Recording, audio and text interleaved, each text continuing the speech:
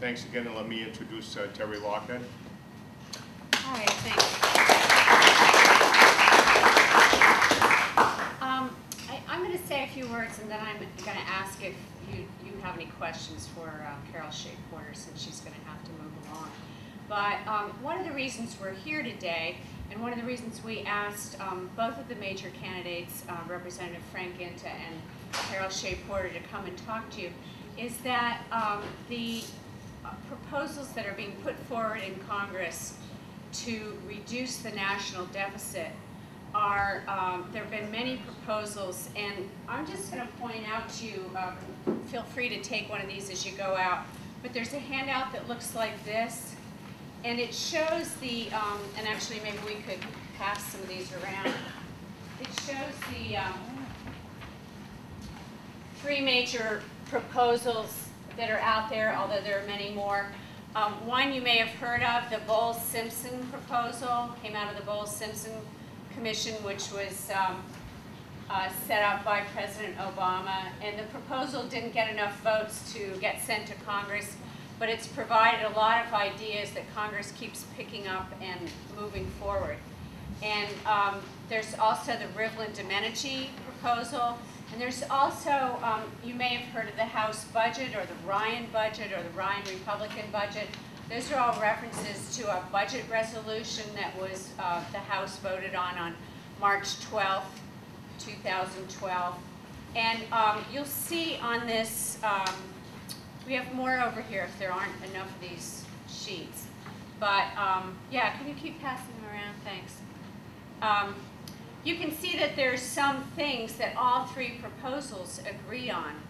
For instance, one of them is, we've heard the phrase, end Medicare as we know it. And there's been some back and forth discussion about whether that's overstating the proposal or not. But the fact is that what was put forth in this last Ryan budget that was voted on March 12th was to give retirees who were born in 1958 or afterwards the choice of traditional Medicare or getting a voucher, which the Congressional Budget Office values at approximately $8,000. That would be, you would not get any money yourself. The government would send you a piece of paper indicating that this money would go to the private insurance company of your choice. So this would be a choice between traditional Medicare as we know it now and this sending the voucher to a private health insurance company.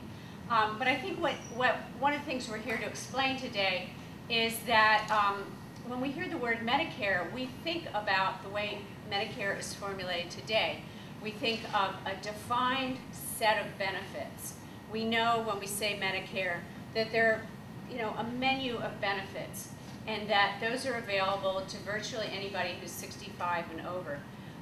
When we talk about a voucher plan, you're talking about getting a defined contribution, a defined $8,500, say, and you would be going out on the open insurance market by yourself and choosing a private insurance company and seeing what you could buy for $8,000.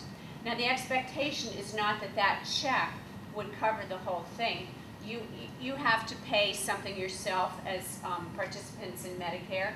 Well, in this voucher plan, you would also have to pick up the remaining cost, which is not really the way it is in Medicare. In Medicare, you pay about 25%.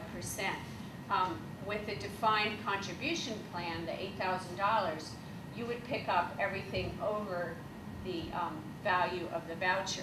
So we all know what has been happening to the cost of health insurance since goodness knows when. It's been going up or down?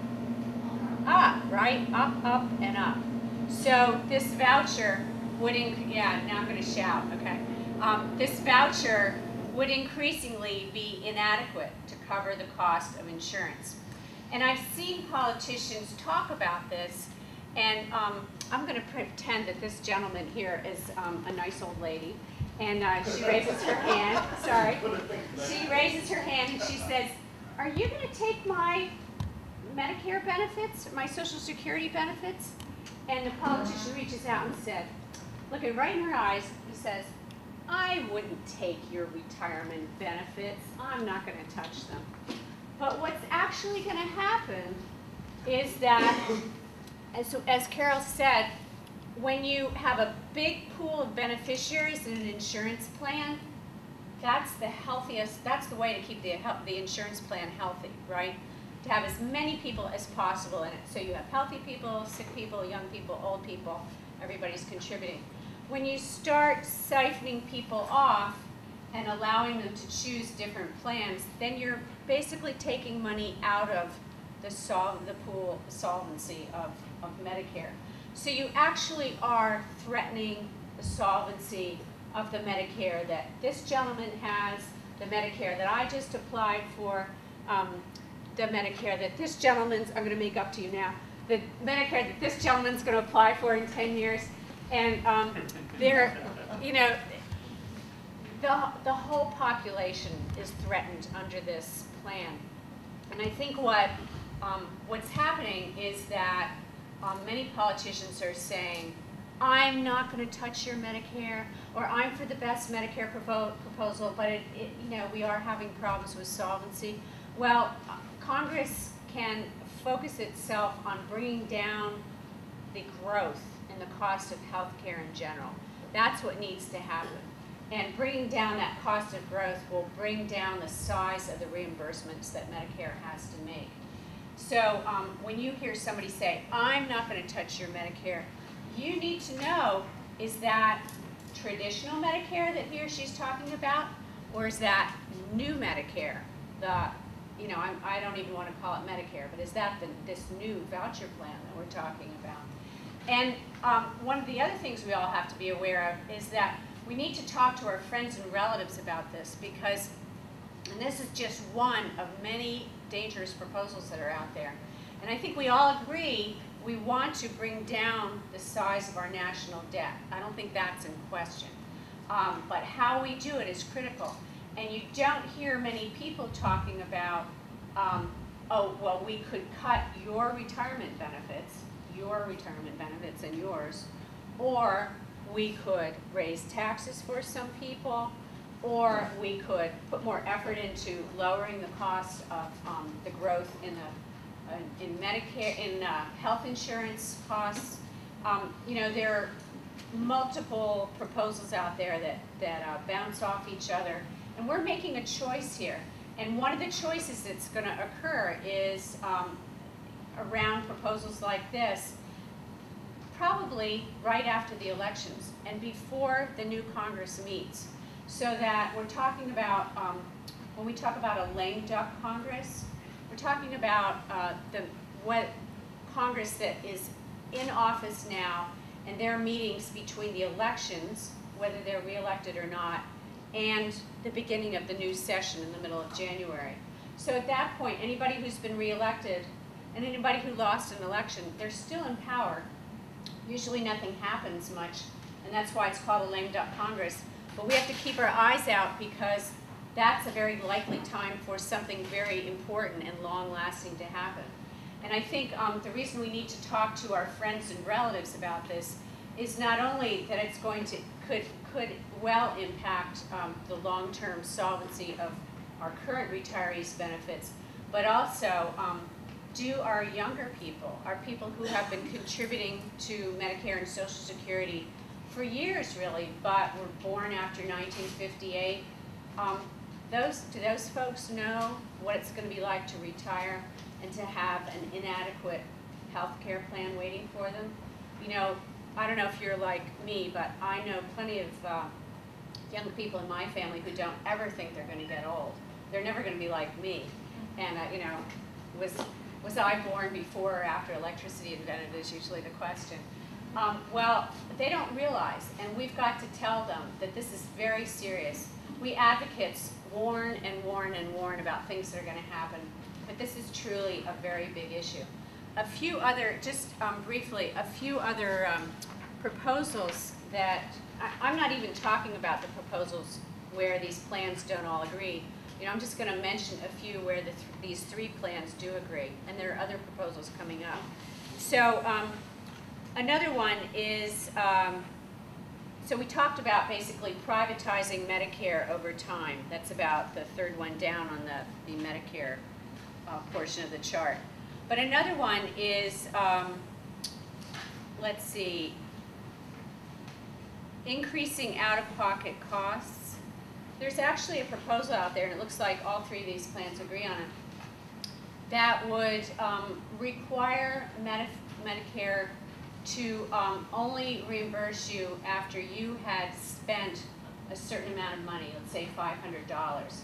So this would be the government reaching out and meddling with your private Medigap policy, requiring you to spend more of your own money before that Medigap policy could kick in. And I find that kind of incredible that that the government would reach out that far. So another one would be, now all three plans don't agree on this, but this is a very popular proposal, to raise the age of Medicare eligibility to age 67 from 65. And the argument that you often hear on that is, well, we're living longer, it's only fair. You know who's living longer? Most of the people living longer are the people who are in the upper half of the income curve. The people in the lower half of the income curve, those lower half men, are living a little bit longer, maybe not even a year longer than average. And lower income women, I think it's because we do so much housework, lower income women are not living as long as they used to. So when you hear somebody talk about, oh, it's only fair, where Americans are living longer, not all Americans are living longer. And when you look at the income that seniors have, you know, whether it's today's seniors or do we expect tomorrow's seniors to be better off, you know, graduating into retirement with this economy? I don't think so. But the kind of income that today's seniors have is better and higher than it used to, partly because of programs like Medicare and Medicaid. But if you look at, if you divide all Americans over 65 into 5 groups, if you look at the lowest income 20%, those 20% have a median income of $10,700, which is not much money to live on. And almost all of that is coming from Social Security. So when you'll see there's some other proposals on here that actually impact Social Security benefits and cost of living increases. Those, you know, touching those people's income would really be reprehensible. Well, then when you look at, so that's 20%. But if you add another 20% on, the next higher 20%, their median income is $14,100. Well, that's still not much money to live on. We all know that. And almost all of that comes from Social Security. And then when you look at the next group up, I forget what the number is, but the next 20% up, so now we're talking about 60% of the people, that next 20%, which is the middle of those 5 groups, their income is roughly $21,000. And the majority of that comes from Social Security. So talking about cutting people's really survival benefits as a way to reduce the national debt. You know, there have got to be other proposals out there. And one, you know, I've had people say to me, oh, well, what about shared sacrifice? We all have to, you know, we all have to share in the sacrifice. Well, you know, nobody should be asked to give up their prescriptions in favor of paying for their groceries, or giving up their heat in favor of paying for their groceries. So that's too much, you know, that's an unfair shared sacrifice, and we need to be asking the people at the very top to be doing a little bit more. So I'm going to stop there.